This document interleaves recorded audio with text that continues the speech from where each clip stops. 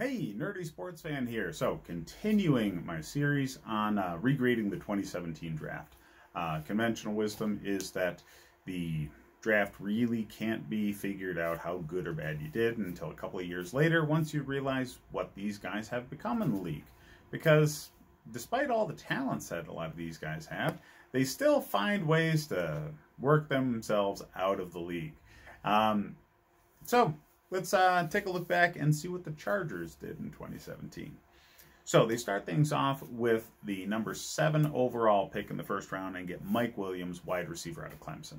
Now, at first he didn't necessarily pop off the charts, but I mean he's developed into a damn good receiver. Opposite Keenan Allen, they have one of the best receiver rooms in the league because of this selection. So yeah, starting off pretty damn solid. Now, in rounds 2 and 3, they tried to address the offensive line. Now, this was something that had been a problem for the Chargers for a long time. I mean, anybody can tell you that Phillip Rivers' biggest problem there was protection. He needed it, and he just never got it, ever.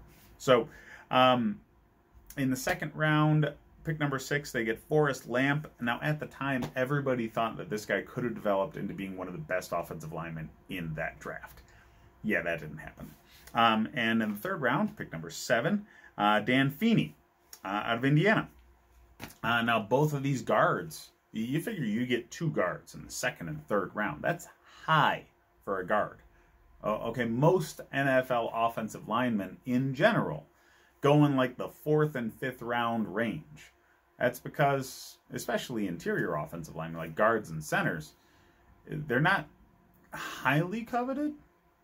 And there's so many of them in college football that it's a devalued position, sort of like running back. Not saying it's not important, okay? I'm just saying you can find them late, so drafting them early is supposed to be a slam dunk. And it simply was not here. 4th round, Rayshon Jenkins, safety out of Miami. He's a kind of a whatever guy. He's depth and special teams. 5th round is where things get really interesting. The 7th pick in the 5th round, Desmond King. Now he's a safety at Iowa. He's playing defensive back, corner. He's playing kind of all over the place in the defensive backfield for the Chargers. Guy's damn good. All right? Damn good. So you get a starting DB in the 5th round? That's nuts. All right, the value there is insane. So, moving on, we have Sam Tevi, offensive tackle out of Utah.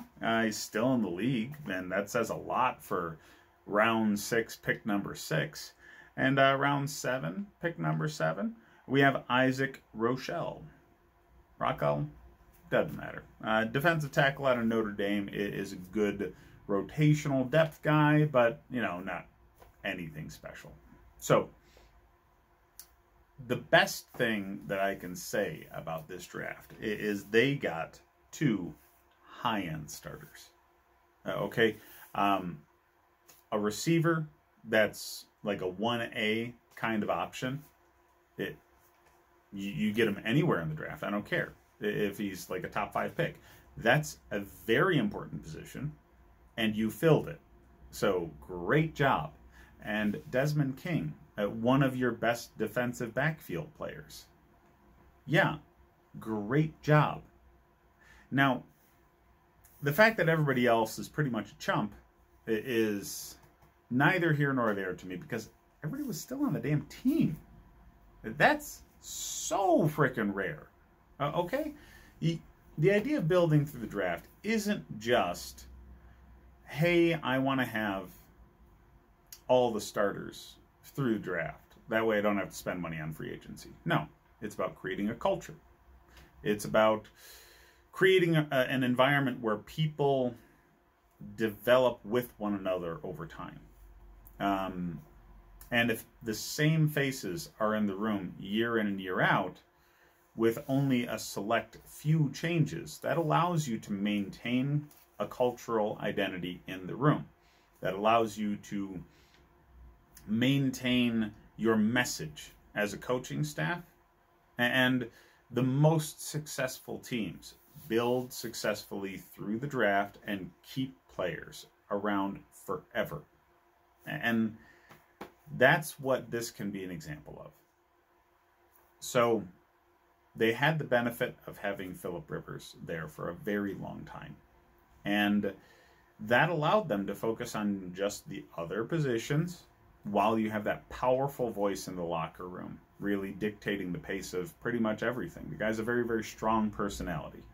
So playing off of that, getting 2 high-end starters, and the rest as, you know, essentially seat fillers, but guys that were good enough to stay on the team. This is a damn good draft. Okay, I have no real complaints about it. There's not enough starting talent to give this an A, but it's a B+, because the positions that you did get that were starting talent were highly valuable positions.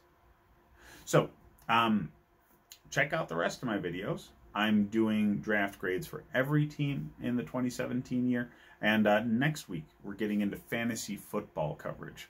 So stay tuned for that as well. Hit me up in the comments. Let me know what you think about this draft, or any draft for that matter. Just, I like talking.